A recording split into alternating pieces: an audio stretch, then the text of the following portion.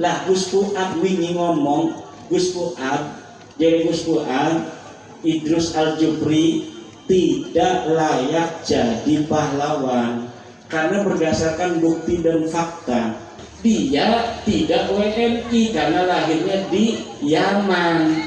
Kata Gus Fuad mengklarifikasi istilah monyet itu bahwa istilah monyet itu bukan untuk pribadi Salim bin Idrus, tetapi itu untuk usaha-usaha yang melawan undang-undang, orang yang tidak memenuhi syarat menjadi pahlawan.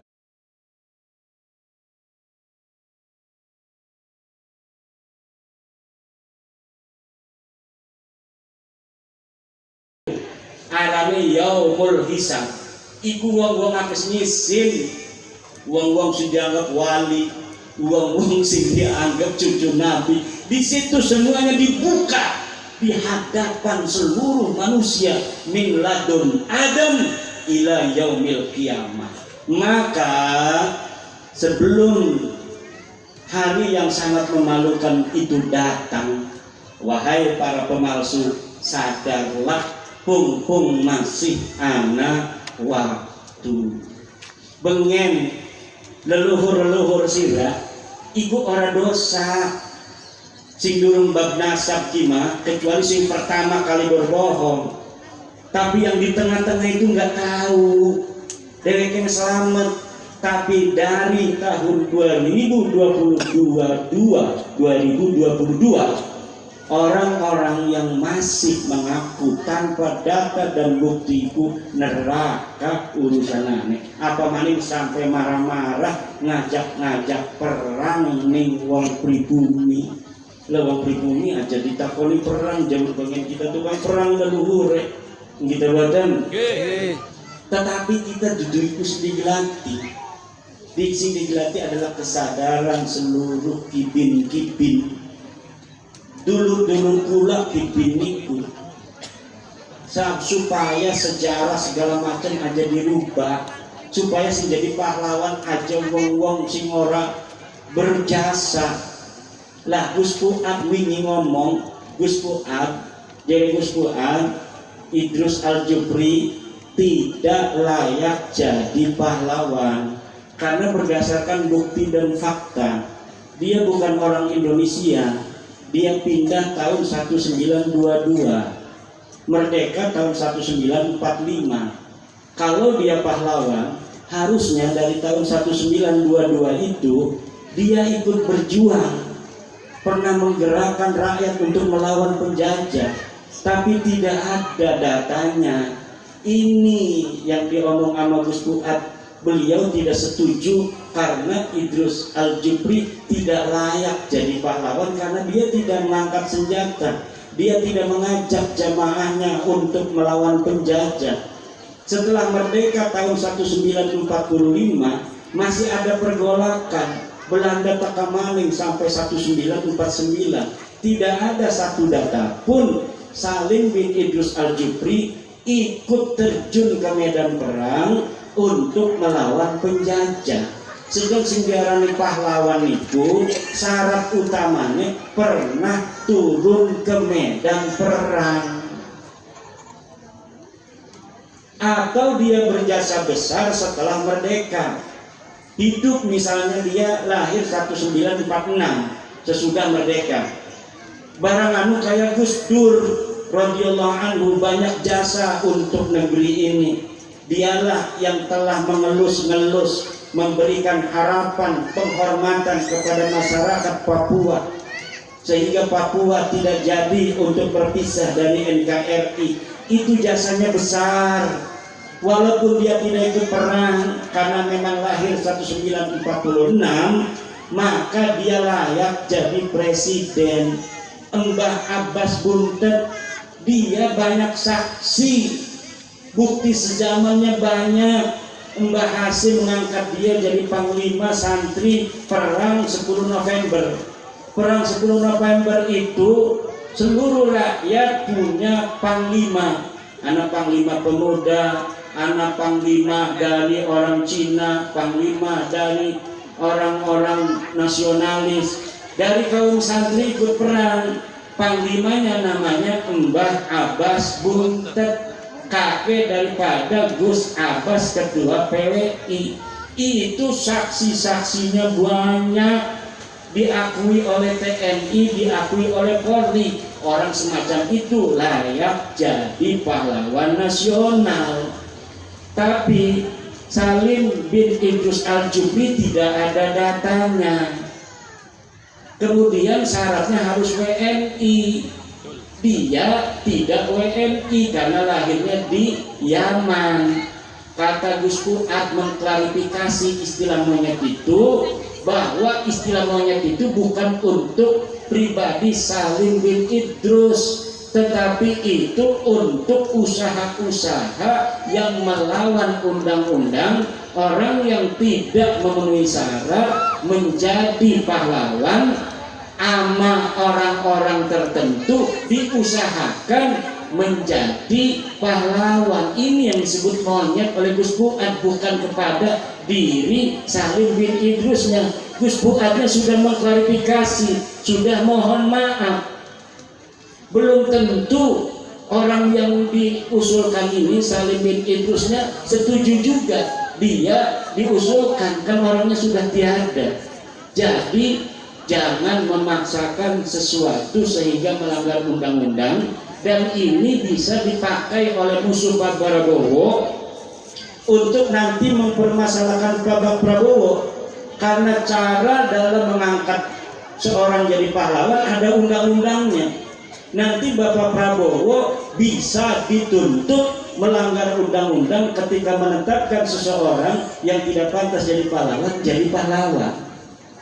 Nah, yang aneh lagi, orang yang tidak lahir di Indonesia karena dia lahir di Hadramaut mendapat WNI, warga negara Indonesia.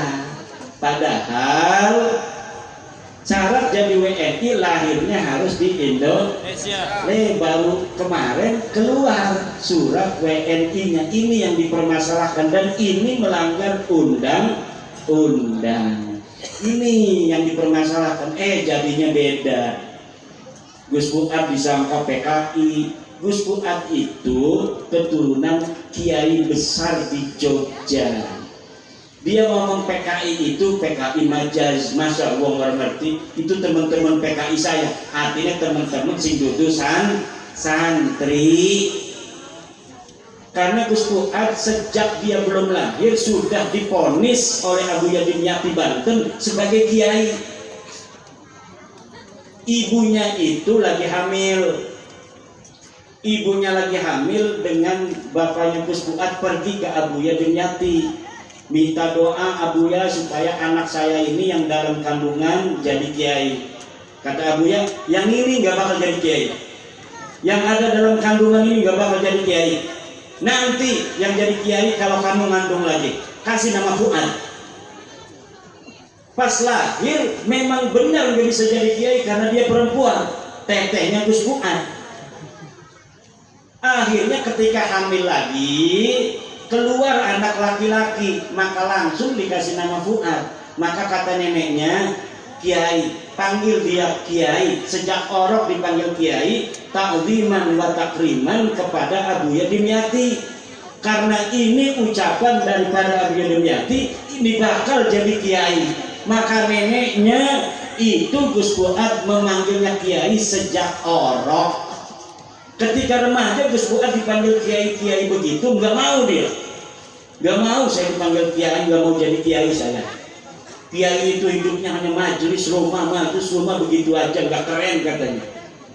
Akhirnya dia itu sampai temennya sama orang Kristen, sama orang Buddha, sama orang Hindu. Bahkan dia, lah kalau begini pangeran tidak ada, masa saya disuruh jadi kiai katanya.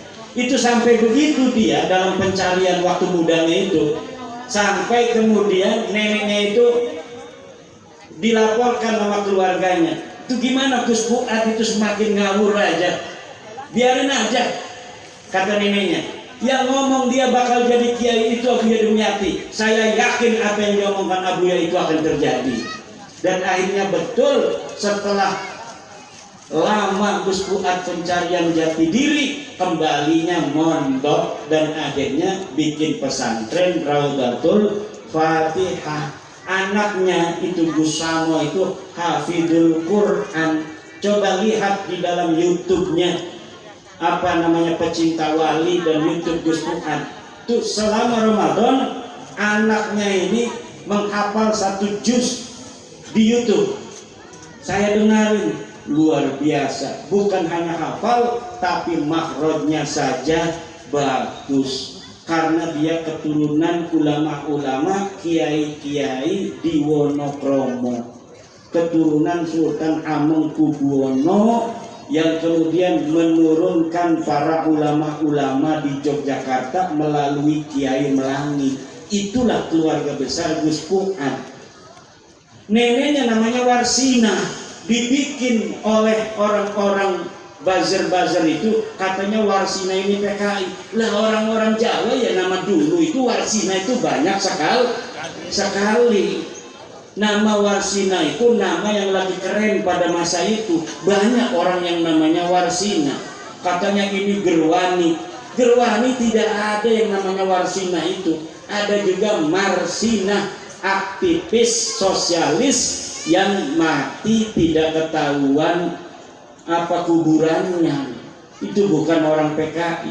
Jadi hari ini muter-muter karena perangnya hanya perang medsos, perang narasi. Yang saya berikan kepada PKI, tetap jaga kondusivitas para laskar. Harus koordinasi dengan tentara dan koordinasi dengan polisi. Kita bersinergi menjaga keamanan dan ketertiban negara dan bangsa Indonesia. Provokasi Rizik Syihab itu ngajak perang akan dilaporkan, dan aku perintahkan sebagai wakil ketua PWI-LS Pusat agar seluruh pengurus-pengurus daerah melaporkan provokasi itu agar ditangani secara hukum yang berlaku di Indonesia. Senin mulai laporkan. Kita tidak pakai kekerasan, tapi kita negara hukum. Panglima negara Indonesia adalah hukum, maka kita laporkan ke polisi.